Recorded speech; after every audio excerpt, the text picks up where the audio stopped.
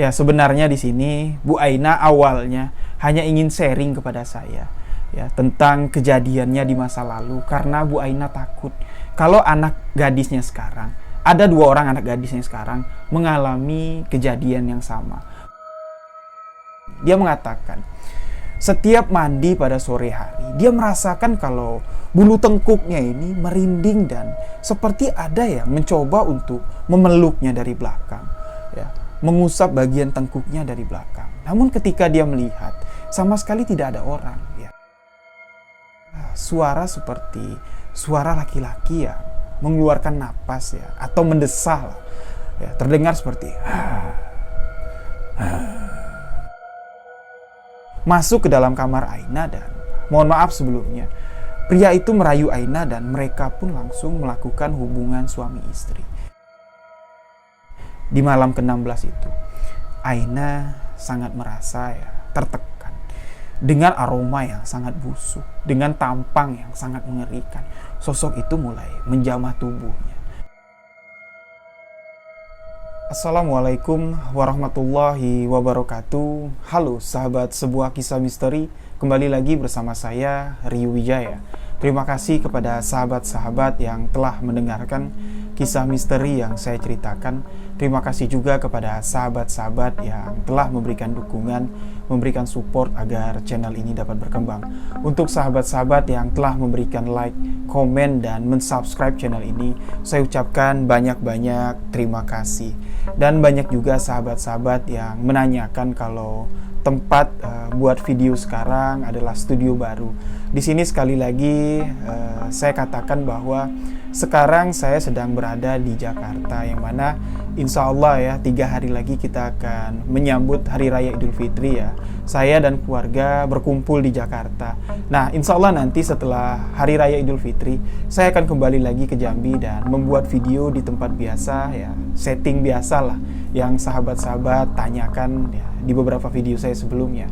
Nah, di sebuah kisah misteri kali ini, saya akan menceritakan sebuah kisah yang masih merupakan kiriman dari salah seorang sahabat yang menceritakan seorang wanita yang mana beliau terpaksa tidur dan melakukan hubungan badan dengan sosok genderuwo karena diiming-imingi harta kekayaan, harta pesugihan dari genderuwo. Jadi bagaimana kisahnya? Simak hanya di sebuah kisah misteri.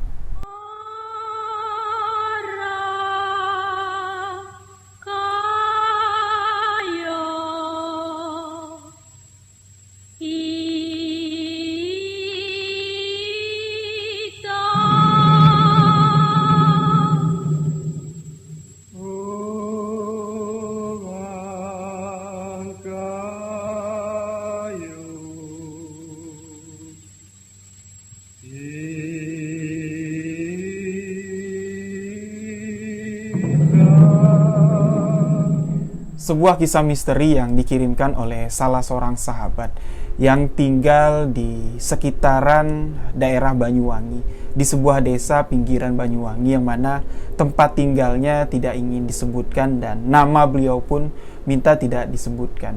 Jadi di sini kita sebut saja dengan nama Aina. Nah, Aina menceritakan sebuah kejadian misteri yang terjadi di tahun 1998 yang lalu. Di sebuah desa di sekitaran Banyuwangi, dulu pernah terjadi sebuah kisah misteri yang mana kejadian ini diceritakan berasal atau bermula ketika seorang wanita mengalami gangguan mistis, seperti diikuti oleh sosok gaib. Namun pada saat itu, wanita ini sama sekali tidak tahu sosok apa yang sebenarnya mengikutinya hampir setiap hari. Nah, jadi dia datanglah ke seorang orang pintar ya. Di sini kita sebut sajalah dengan nama Pak Brahim. Nah, Pak Brahim ini memang merupakan seorang ahli dalam bidang spiritual. Ya, dia memahami tentang seluk-beluk ya, hal-hal mistis yang ada di sekitaran kampungnya, yang mana dulu memang kampungnya ini dikenal ya ada sebuah kerajaan jin, tepatnya adalah kerajaan genderuwo, yang mana dulu sebelum hutannya dibabat dijadikan desa, tempat itu adalah hutan yang sangat angker. Nah, di sini ya, Aina menceritakan kejadiannya kepada Pak Ibrahim. Ya, Dia mengeluhkan beberapa kejadian misteri yang dialami belakangan ini. Dia mengatakan, setiap mandi pada sore hari, dia merasakan kalau bulu tengkuknya ini merinding dan seperti ada yang mencoba untuk memeluknya dari belakang, ya, mengusap bagian tengkuknya dari belakang. Namun ketika dia melihat, sama sekali tidak ada orang. Ya, jelas di kamar mandi, di tempat dia mandi itu ya nggak mungkin lah ada orang masuk. Ada orang pun di dalam kamar mandi itu, ya, kamar mandi yang berukuran tidak terlalu besar, hanya muat untuk 2 orang lah. Di situ dia sangat merasa ketakutan. Nah, setelah pada sore hari dia mengalami gangguan seperti itu, ya, sekitar jam 9, jam 10 malam ketika dia ingin tidur, dia selalu mendengar suara seperti suara laki-laki yang mengeluarkan napas, ya, atau mendesah lah. Ya, terdengar seperti ya, suara itu selalu terdengar. Nah, jadi dia mengatakan kepada Pak Ibrahim, beberapa malam yang lalu dia bermimpi, ya. Mohon maaf sebelumnya, ya. Mimpi dialami Aina ini. Mimpi didatangi oleh sesosok pria tampan. Ya. Sangat tampan lah di dalam mimpinya yang sama sekali Aina tidak mengenalnya. Masuk ke dalam kamar Aina dan mohon maaf sebelumnya, pria itu merayu Aina dan mereka pun langsung melakukan hubungan suami istri. Nah, di sini Aina mengatakan, walaupun itu dalam mimpi, ya, pada saat bangun, Aina merasakan kalau hal itu benar-benar terjadi. Mohon maaf sekali lagi, spray atau kasur tempat tidur Aina itu ya seperti ada bercak-bercak air lah, ya, seperti basah lah, seperti ya memang benar orang baru sudah melakukan hubungan suami istri. Nah, kejadian ini baru dialami Aina pada malam Jumat yang lalu, tepatnya sekitar 3 malam yang lalu. Setelah kejadian malam itu, ya, Aina semakin sering merasa kalau ada sosok yang mengikutinya. Ya, mulai dari sore hari sampai malam hari, sosok itu terus seperti mendekati Aina. Seolah-olah sosok itu ya ada di sekitar Aina. Nah, di sini Pak Ibrahim menjelaskan kepada Aina, kalau yang saya tangkap dari kisah yang kamu ceritakan, di sini saya merasa kalau kejadian tempo dulu di kampung kita ini terulang lagi. Yang mana, ya, pada zaman dahulu kala, ya, sebelum kampung kita atau desa kita ramai, baru-barulah kampung kita ini hutannya dibabat dan dijadikan desa. Dulu pernah sebuah kisah misteri terjadi, persis seperti apa yang kamu alami. Jadi diceritakan oleh Pak Ibrahim di sini dulu, ada seorang wanita gadis mengalami hal yang sama seperti Aina. Tapi wanita ini mengalaminya di sungai, ya. Pada zaman itu setiap rumah belum memiliki kamar mandi. Jadi wanita itu pada sore hari menjelang maghrib, ya, menjelang senja turun, wanita itu mandi di sungai.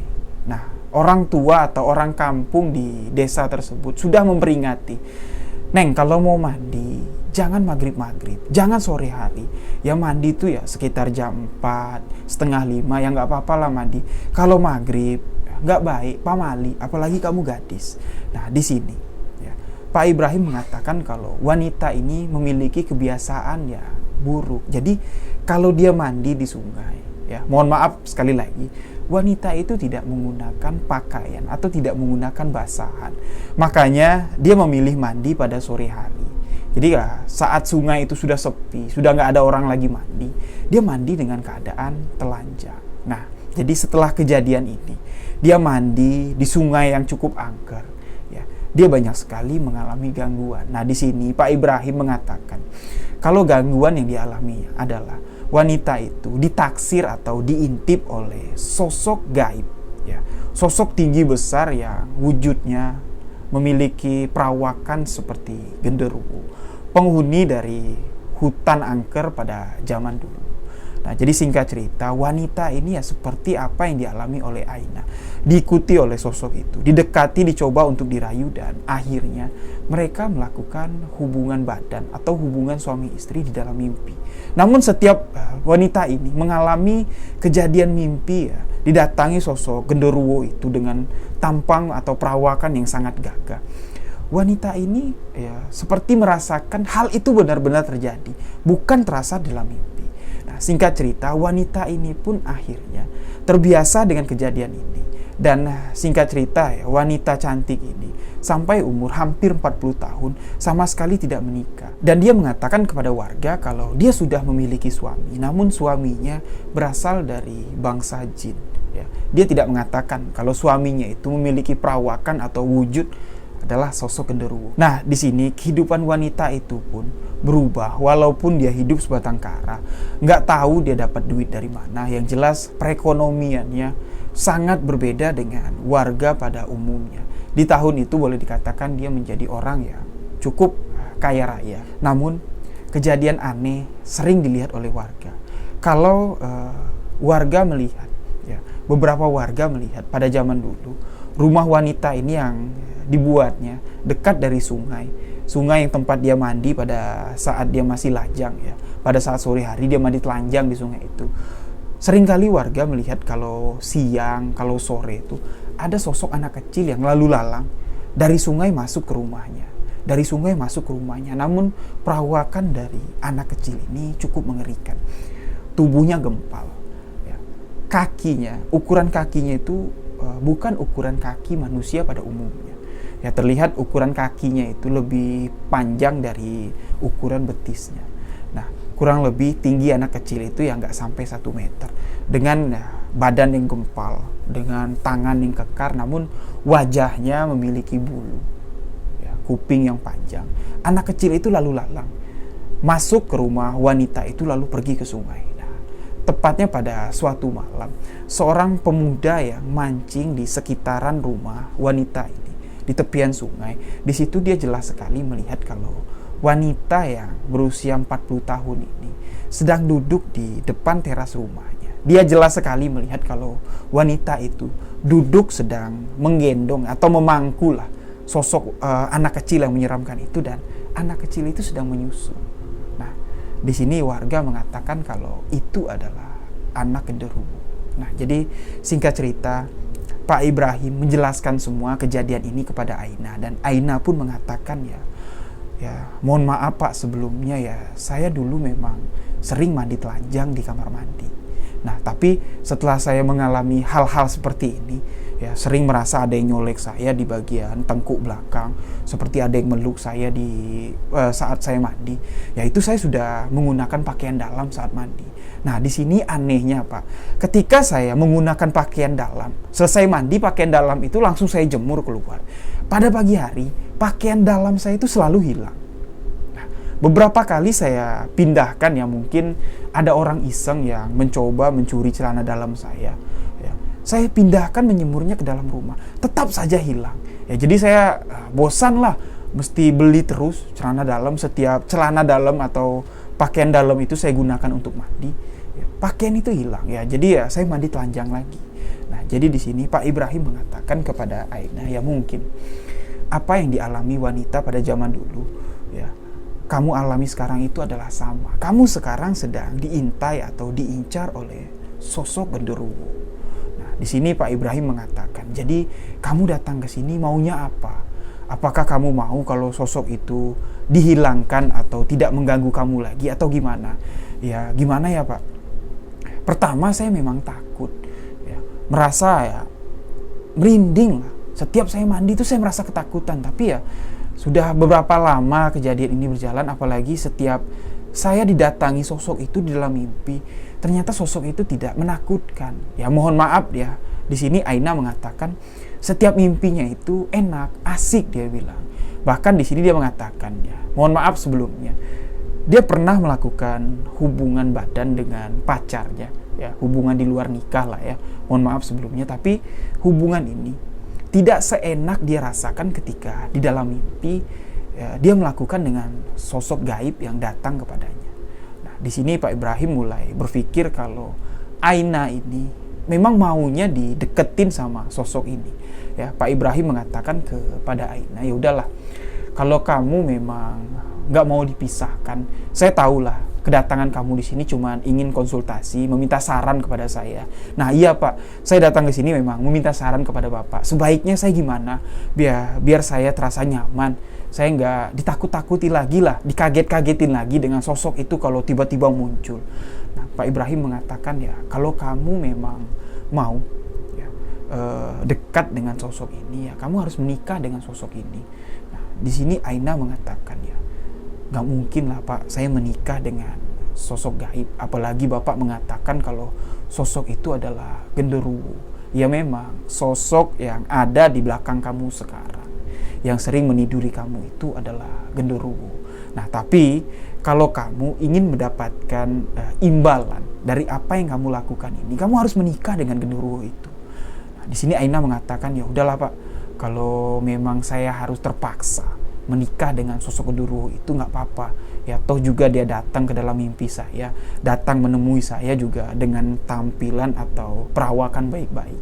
Ya, di sini Pak Ibrahim mengatakan ya udahlah, kalau kamu mau menikah sama sosok genderuwo ini, ya kamu menikah dan akan saya coba untuk menjadi penghulu kamu. Saya akan nikahkan kamu dengan genderuwo ini. Saya akan coba datangkan genderuwo ke tempat saya dan meminta genderuwo itu memberikan mahar atau mas kawin kepada kamu. Nah, di sini Aina menanyakan, memang apa yang akan diberikan genderuwo itu kepada saya? Ya, Pak Ibrahim mengatakan, apa yang kamu mau? Yang biasanya genderuwo ini terkenal adalah sosok jin atau sosok bangsa jin yang memang memiliki harta pesugihan yang sangat banyak. Kamu bisa minta kekayaan kepada genderuwo itu. Nah, di sini Aina juga mengatakan, ya udahlah Pak, kalau memang genderuwo ini bisa memberikan kekayaan, ya saya maulah nikah sama genderuwo. Nah, singkat cerita, pertemuan pada hari itu, ya Pak Ibrahim mengatakan, ya udahlah, beberapa hari lagi kamu datang ke sini dan saya akan memberikan syarat apa yang diminta oleh genderuwo itu agar bisa melaksanakan atau melangsungkan pernikahan bersama kamu. Nah, di sini beberapa hari pun berlalu dan Aina datang menemui Pak Ibrahim kembali ke rumahnya. Di sini Pak Ibrahim mengatakan, saya sudah mencoba untuk berkomunikasi dengan sosok gaib atau sosok genderuwo yang ada mendekati kamu. Dan genderuwo yang mendekati kamu ini merupakan adalah memang ya, penguasa alam gaib yang ada di desa kita. Dia mengatakan sanggup memberikan kamu harta kekayaan yang dia miliki. Nah, di sini Aina mengatakan, ya udahlah Pak, kalau memang genderuwo itu mau memberikan saya harta kekayaan, ya saya nggak apa-apa lah. Saya mau nikah sama dia daripada saya didatangin dia, ditidurin genderuwo itu, ya saya nggak dapat apa-apa, cuma dapat enaknya doang. Di sini Pak Ibrahim mengatakan, setelah kamu menikah dengan genderuwo itu, untuk mendapatkan harta kekayaan, harta pesugihan dari genderuwo itu, kamu harus melayani genderuwo itu selama 40 hari, 40 malam tanpa henti. Apakah kamu sanggup? Ya, di sini Aina berpikir ya, mungkin yang dikatakan Pak Ibrahim ini 40 hari, 40 malam itu ya selama 40 hari, 40 malam dia harus hidup atau bersama-sama dengan genderuwo itu setiap hari, setiap malam. Ya udahlah Pak, nggak apa-apa lah. Yang penting nanti dia datang tidak memiliki perawakan yang mengerikan. Nah, singkat cerita, pada suatu malam ya Pak Ibrahim melakukan sebuah ritual nganten genderuwo. Di rumahnya disiapkan ya layaknya seperti orang menikah lah. Namun memang Aina duduk sendirian. Sosok mempelai di sampingnya itu kosong. Ya, pada malam itu sekitar jam 12 malam. Di depan Aina itu terdapat sebuah kendi ya, penuh dengan air, dan di situ sudah terdapat kembang 7 rupa, dan di samping kendi itu terdapat nampan yang berisi sepotong utuh ya ayam yang sudah dibakar. Nah, di sini Pak Ibrahim mengatakan ya, kalau sosok itu datang nanti, tanda-tanda atau ciri-cirinya adalah kendi yang ada di depan kamu itu akan ya seperti berbuih ya, seperti airnya mendidih. Nah, itu berarti sosok itu sudah ada di samping kamu dan kita bisa melaksanakan ritual pernikahan gaib. Ya, jadi singkat cerita, malam itu terjadilah prosesi pernikahan. Di situ dilakukanlah perjanjian kalau Aina akan melayani genderuwo itu selama 40 hari, 40 malam tanpa henti. Dan genderuwo itu akan menjanjikan setelah apa yang dilakukan Aina, ritual yang dilakukan Aina selesai, Aina akan mendapatkan apa yang dijanjikannya. Harta kekayaan, harta pesugihan dari kekayaan genderuwo. Nah, di sini terjadilah prosesi pernikahan. Singkat cerita, ya, pada malam pertama, keluarga Aina yang sama sekali tidak tahu kalau Aina ini sudah melakukan perjanjian dengan setan, menikahi bangsa jin, tepatnya genderuwo. Ya, pada malam pertama, orang tua Aina merasa ada sesuatu yang aneh di rumahnya. Yang tadinya rumah mereka tuh ya nggak pernah lah ya tercium aroma-aroma busuk. Namun pada malam pertama pernikahan Aina tercium seperti bau got ya, yang menguap ya, aromanya cukup mengganggu lah. Nah, di sini pada malam pertama Aina mengatakan sosok itu datang ya dengan perawakan, dengan tampilan yang sama seperti sosok itu datang di dalam mimpinya. Ya, singkat cerita nggak perlu dijelasin lah ya mereka melakukan apa di sana. Mereka melakukan ritual mantap-mantap dan selesai pada subuh hari. Nah, yang anehnya ketika subuh Aina ingin mandi ya, ingin melaksanakan sholat subuh. Di situ sosok genderuwo itu muncul dan seperti marah ya, mengatakan kalau kamu harus kembali ke tempat tidur, aku akan datang, kamu harus melayani aku.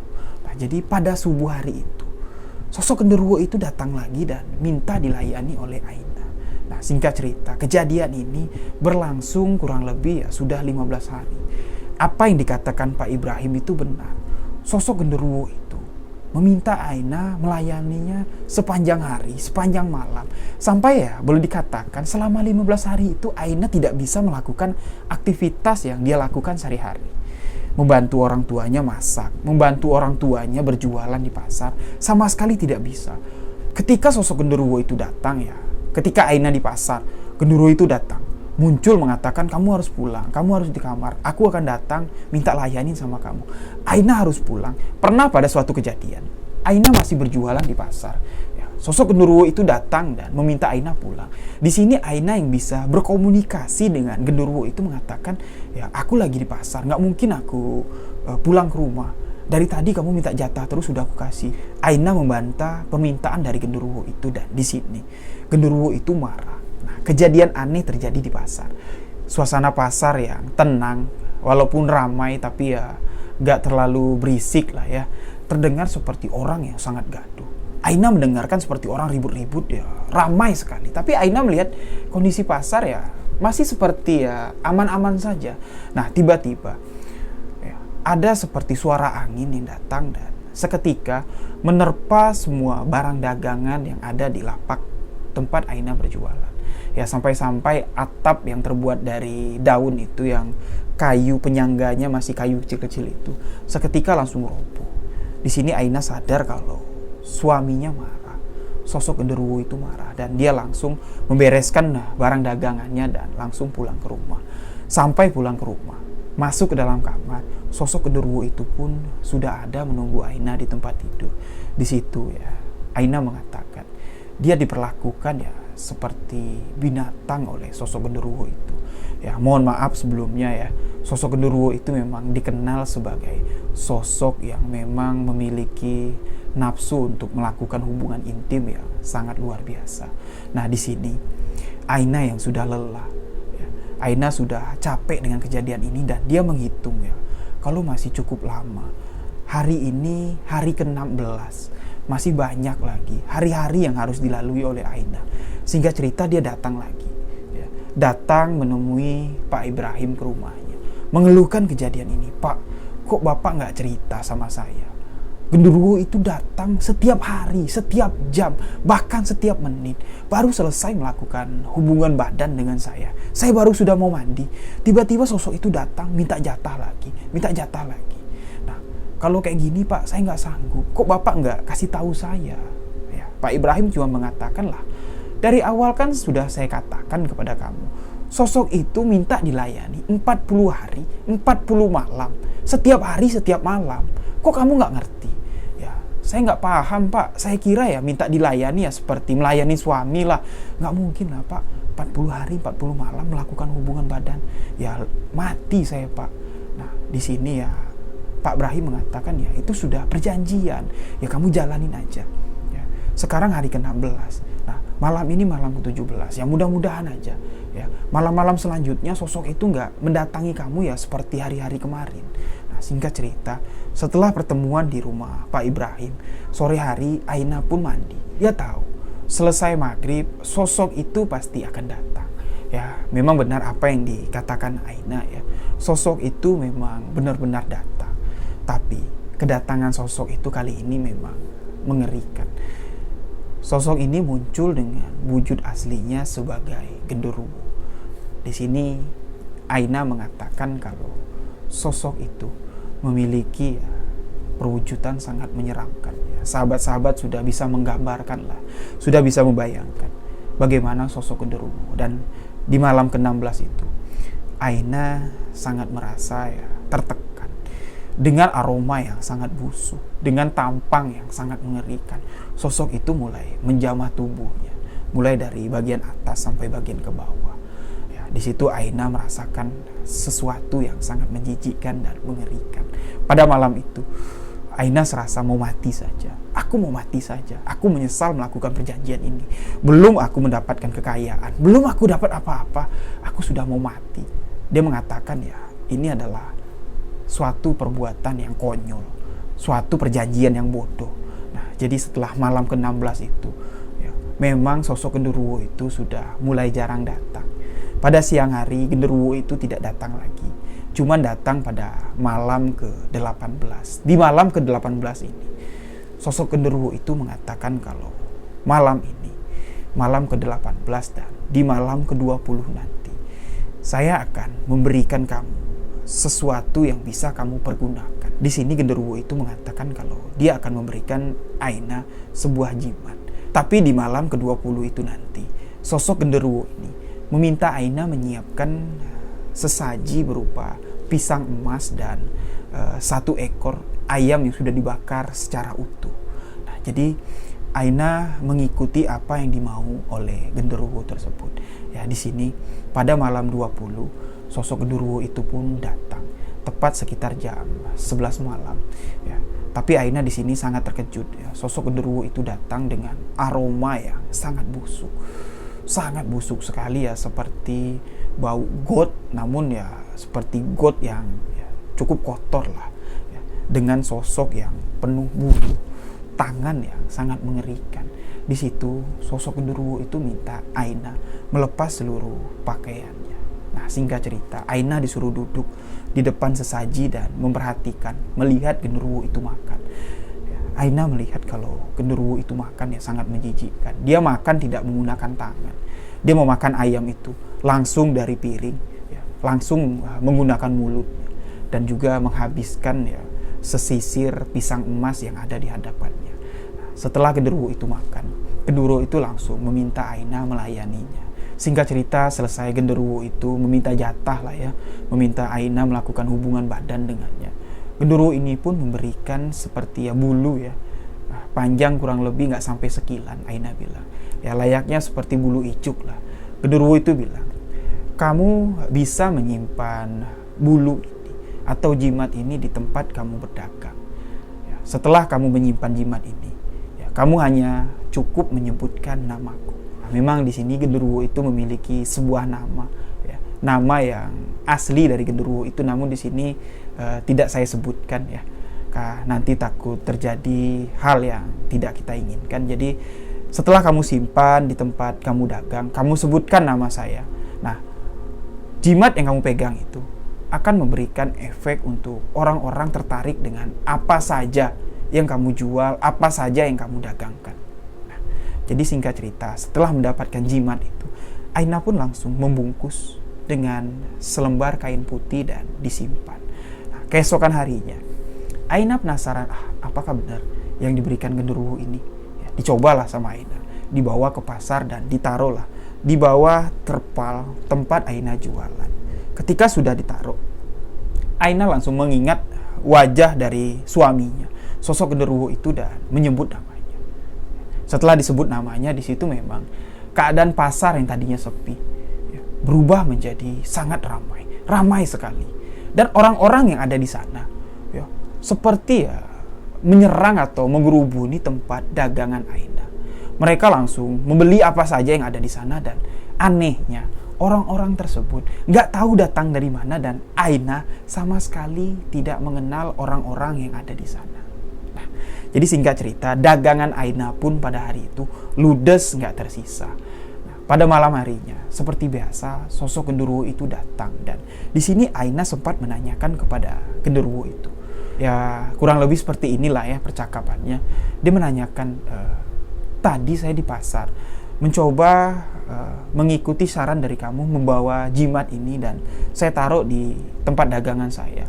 Ketika saya sebut nama kamu, banyak sekali orang datang membeli barang dagangan saya. Tapi saya di sini aneh, kok tidak ada satupun orang yang saya kenal atau orang penduduk desa sini yang sering belanja dengan saya.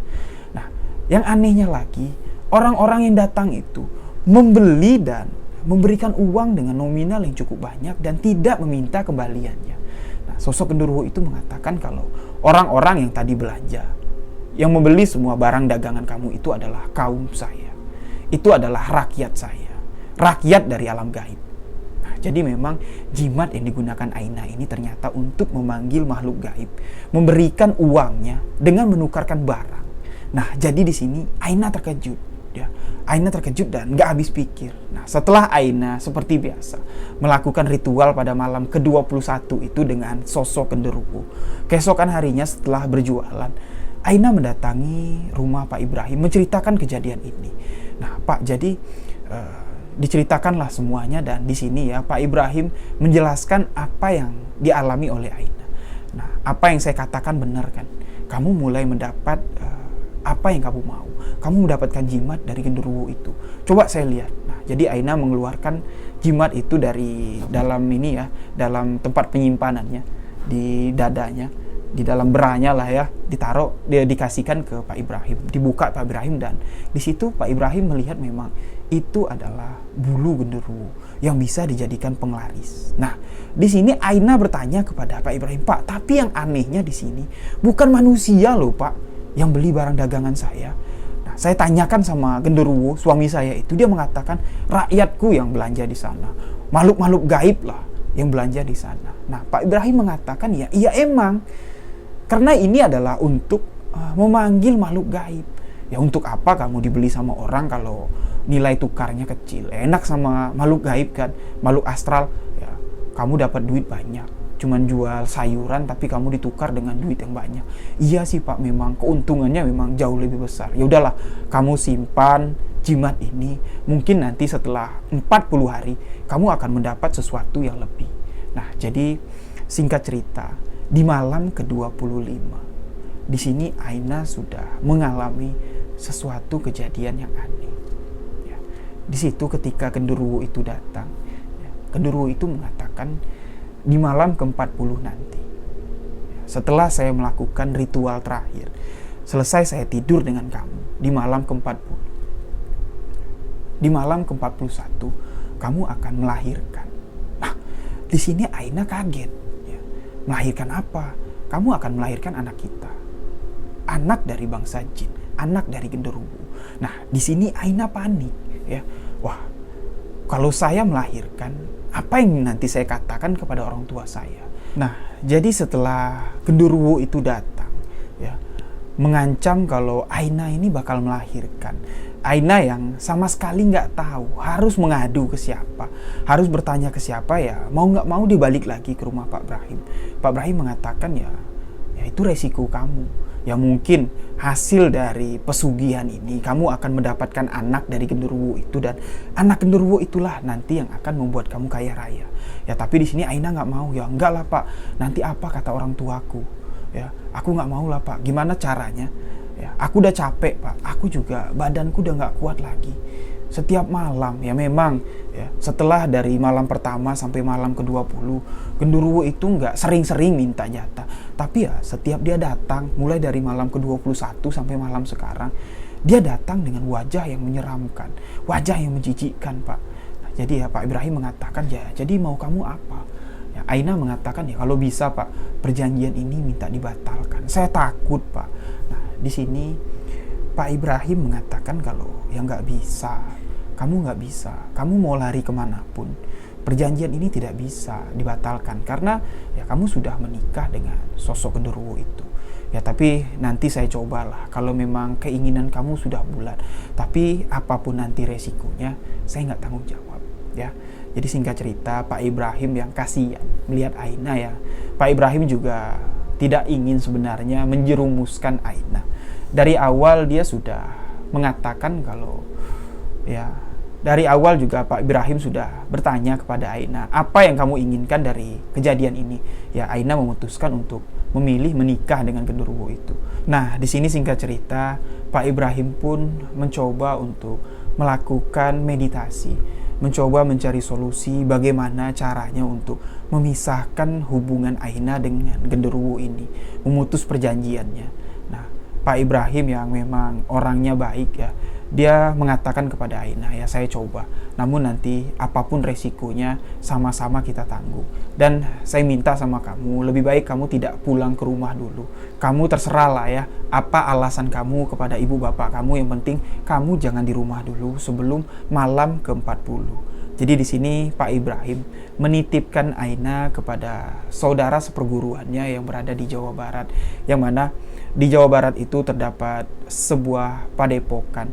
Ya, memang ya di sini Pak Ibrahim ya seorang yang ahli paranormal lah ya, atau dukun. Namun memang tidak sepenuhnya apa yang diamalkan Pak Ibrahim ini adalah ilmu hitam. Ya, dari awal pun dia mengatakan kepada Aina, apa yang kamu inginkan saya bantu. Ya, saya tidak menganjurkan kamu. Nah, di Jawa Barat ini terdapat sebuah padepokan yang mana di situ juga ada majelis lah, seperti ya pondok pesantren kecil, dan di situ ada juga seperti perguruan silat olah kanuragan. Jadi Aina dititip di sana, diantarkan oleh anak dari Pak Ibrahim ke Jawa Barat dan dititipkan ke saudara perguruannya. Nah, di sini Pak Ibrahim mencoba untuk memutuskan perjanjian Aina, dan ternyata apa yang dikira Pak Ibrahim, apa yang diduga oleh Pak Ibrahim itu benar.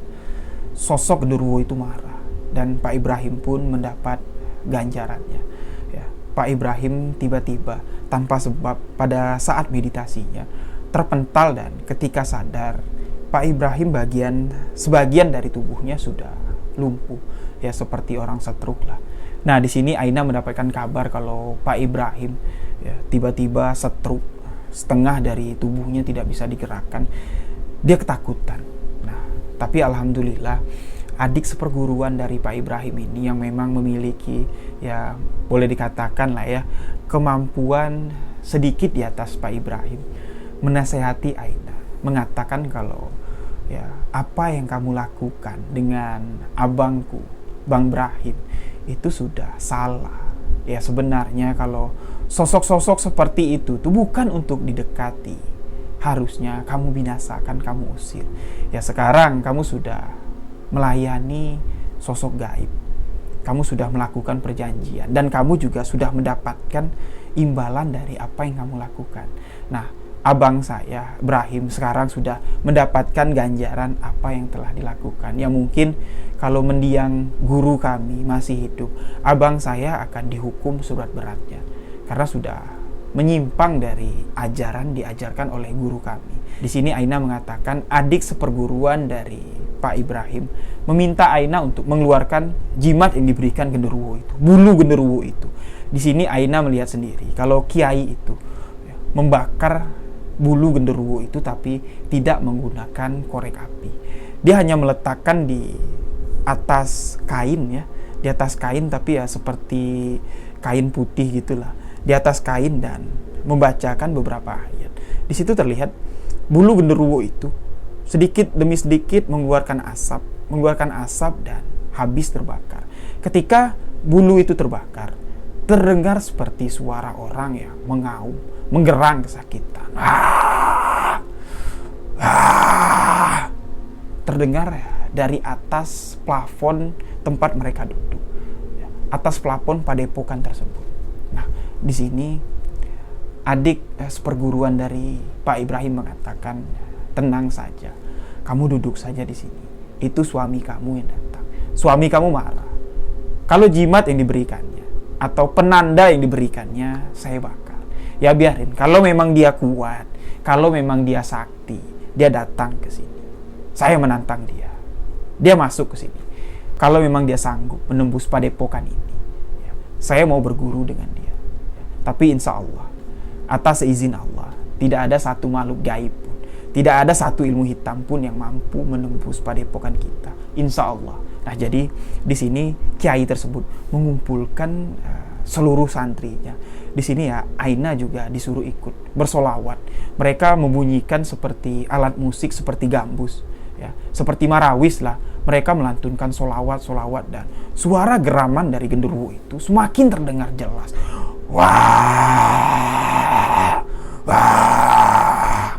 Dan di sini beberapa tiang dari padepokan itu terlihat seperti digegar atau digoyang-goyang. Terdengar seperti wah, drak, dan beberapa genteng pun jatuh. Terus di situ orang memainkan alat musik seperti marawis sambil melantunkan solawat dan ya seperti maulidan lah. Ya. Di situ Aina merasakan kalau dirinya juga merasa aneh. Ya.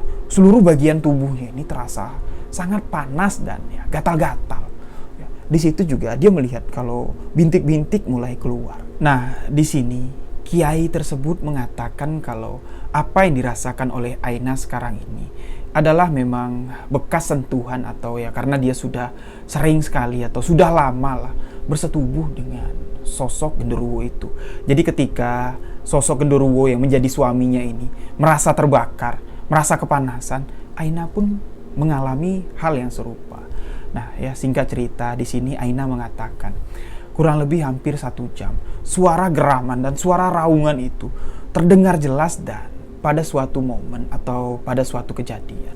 Di sini Pak Kiai tiba-tiba keluar dari padepokan tersebut.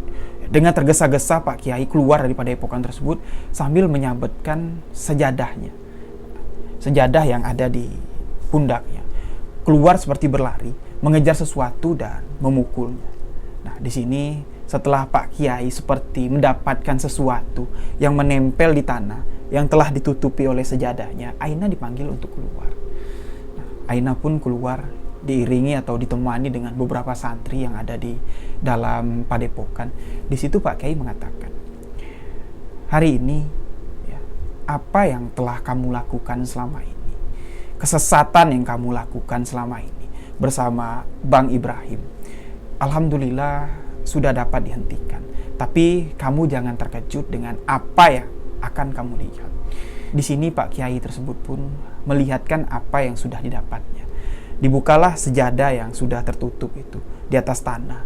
Pelan-pelan dibuka dan di situ Aina jelas melihat seperti sosok kecil ya layaknya seperti anak tikus lah. Ya, kecil namun di situ ya seperti janin manusia. Persis seperti janin manusia, tapi di situ berbulu.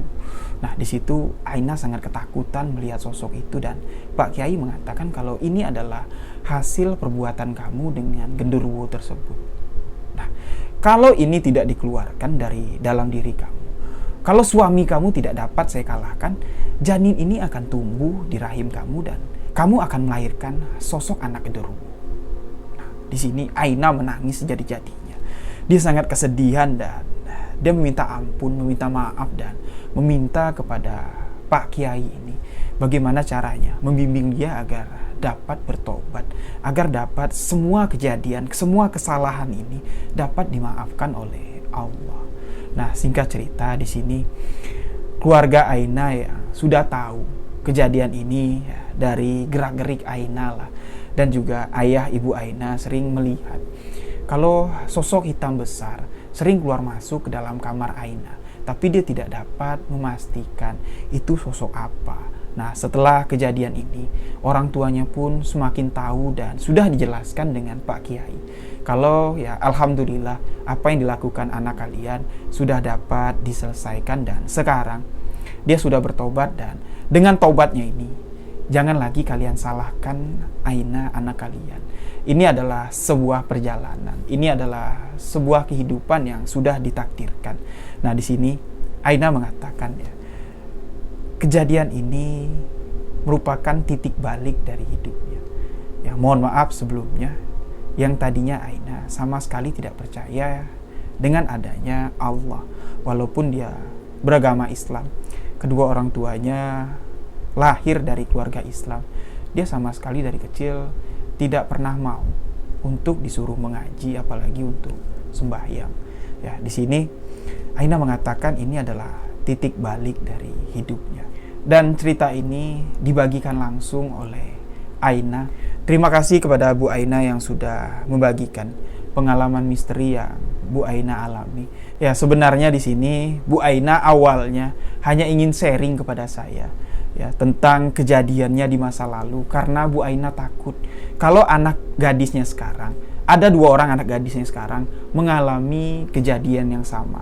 Soalnya Bu Aina mengatakan kalau anak pertama dari Bu Aina ya, yang sekarang berusia 17 tahun, beberapa waktu belakangan ini kerap kali mengalami kejadian seperti Bu Aina semasa gadis.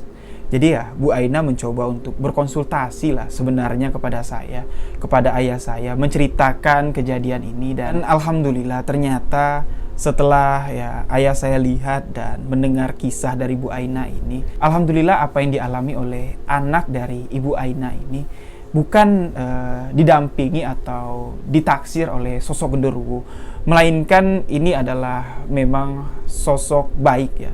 Boleh dikatakan ya bawaan lahir lah, pendamping dari anak Bu Aina. Tapi ini tidak berpengaruh negatif untuk kehidupan ke depan dari anak Bu Aina. Namun kalau memang anak Bu Aina ini dalam keadaan kesusahan, dalam keadaan tertekan atau memiliki masalah yang mengancam keselamatannya, sosok itu akan mendampinginya. Dan ini adalah karunia yang diberikan oleh Allah Subhanahu wa Ta'ala. Demikian sebuah kisah misteri kali ini. Mohon maaf jika ada salah-salah kata, salah-salah kalimat dalam penyampaian kisah kali ini. Terima kasih kepada sahabat-sahabat yang telah mendengarkan kisah misteri yang saya ceritakan. Saya Rio Wijaya mengucapkan wabillahi taufik wal hidayah. Wassalamualaikum warahmatullahi wabarakatuh. Salam sebuah kisah misteri.